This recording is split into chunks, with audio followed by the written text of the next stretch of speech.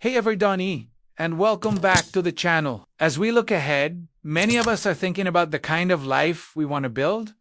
We set goals, make resolutions, and hope for the best. But what if I told you there's an ancient philosophy over 2,000 years old that holds the key to building a truly resilient, meaningful, and unshakable life? Today, we're talking about Stoicism and how you can use its powerful habits to build your best life by 2026. Now, when you hear Stoic, you might picture someone who's emotionless, cold, and just grins and bears it through hardship. But that's a huge misconception. True Stoicism isn't about suppressing emotion.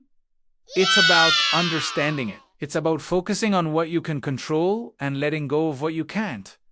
It's a practical, actionable philosophy for navigating the chaos of life with grace and strength. The Stoics, like Emperor Marcus Aurelius, the playwright Seneca, and the former slave Epictetus, gave us a timeless toolkit for thriving, not just surviving. So, let us dive into the core habits that can completely transform your approach to life over the next couple of years. The first and most fundamental Stoic habit is understanding the dichotomy of control. Epictetus put it simply: some things are within our power, while others are not. Think about it. We can't control the weather, the economy, or what other people think of us. We spend so much energy worrying about these things, getting anxious and frustrated when they don't go our way. The Stoic approach is to consciously shift your focus. Your actions, your judgments, your values, your responses, these are yours to command. Your boss's mood, not in your control. Your professional response to it, totally in your control. The traffic jam, beyond your power. The podcast you listen to or the deep breaths you take while you wait. That's all you. Starting today, make it a habit to ask yourself this simple question throughout your day.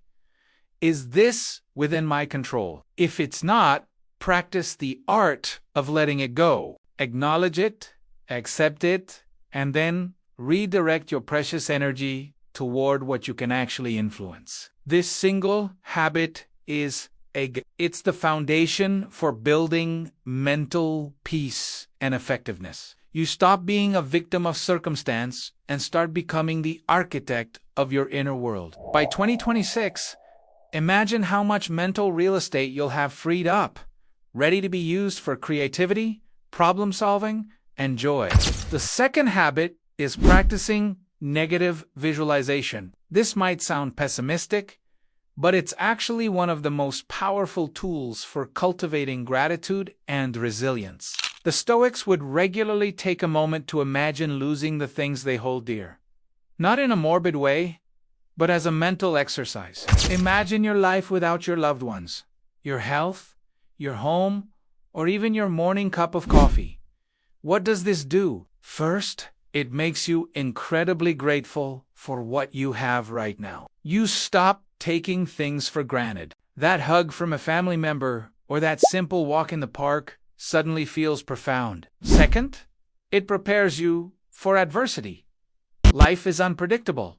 Things can and do go wrong. By mentally rehearsing potential loss, you're not surprised or completely shattered when challenges arise. You've already considered a possibility, which makes you more resilient and better equipped to handle it. Seneca said, "He suffers more than is necessary, who suffers before it is necessary." The point isn't to live in fear, but to appreciate the present and build an inner fortress that can withstand life's storms.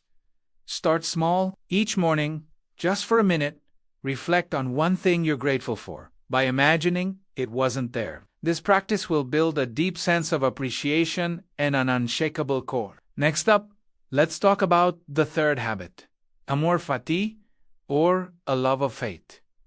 This concept, championed by figures like Marcus Aurelius and Friedrich Nietzsche, centuries later, is about more than just accepting what happens. It's about loving it. It's about embracing every single moment, the good, the bad, and the ugly, as necessary and essential. Think of it this way.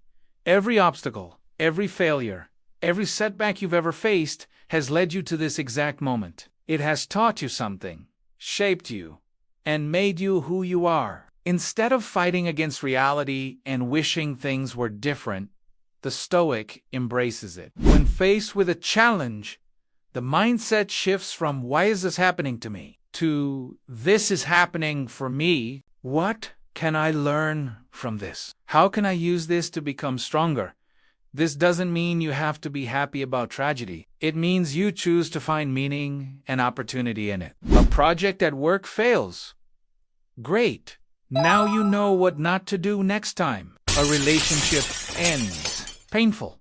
But it opens the door to self-discovery and a new future. Practicing amor fati is about treating life as a grand adventure where every twist and turn is part of the journey. Over the next 2 years, actively try to reframe challenges. See them not as roadblocks, but as fuel. You'll be amazed at how this transforms your perception of hardship. The fourth habit is memento mori, which translates to remember you must die.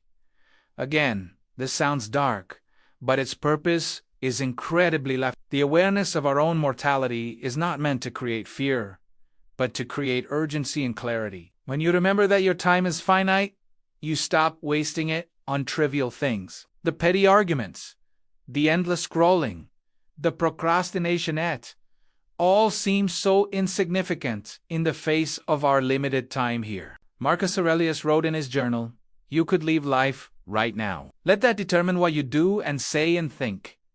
Keeping this in mind helps you prioritize what truly matters. Does this argument with a stranger online matter? Is this grudge I'm holding worth my precious time? Probably not. Memento mori pushes you to live with intention, to pursue your passions, to tell people you love them, and to make every day count. You don't need a skull on your desk, like some ancient Stoics. You can practice this by simply taking a moment each morning to remind yourself that this day is a gift. It's a powerful filter for your decisions. By 2026, living with this awareness will ensure you've spent your time on what is truly important, building a life of purpose, not regret. Finally, the fifth habit is the practice of daily reflection. This was a non-negotiable for the Stoics. At the end of each day, Seneca would ask himself, "What bad habit did I curb today? What fault did I resist? In what way am I better?" This isn't about harsh self-criticism. It's about compassionate self-review. It's a quiet conversation with yourself to check in on your progress. You can do this in a journal or just in your head before you sleep. Review your day. Where did you live up to your values? Where did you fall short? Did you let something outside your control upset you? Did you get angry when you could have been patient? Did you miss an opportunity to be kind? By honestly and gently reviewing your actions, you create a feedback loop for personal growth. You become your own coach. This daily practice compounds over time. A tiny improvement each day leads to massive transformation over months and years. Imagine your personal growth by 2026 if you're dedicated just 5 minutes every evening to this simple, powerful habit. You would be intentionally and consistently shaping yourself into the person you want to become. So, there you have it! 5 ancient, yet incredibly relevant, Stoic habits to start building your life. 1. Focus on what you can control. 2. Practice negative visualization to cultivate gratitude. 3. Embrace your fate with amor fati. 4. Remember your time is limited with memento mori. And 5. Reflect on your day to ensure constant growth. This isn't an overnight fix. It's a lifelong practice. But if you commit to integrating these habits into your daily routine, I guarantee that by 2026, you won't just have different circumstances. You'll be a different person. You'll be more resilient, more at peace, and more in command of your own life. You'll have built an inner citadel that no external event can topple. The journey starts now with one small choice at a time. Thanks so much for watching. If you found this valuable, Please hit that like button and subscribe for more content on living a better, more intentional life. Let me know in the comments which Stoic habit you're going to start with. I'd love to hear from you. Until next time, take care and keep building.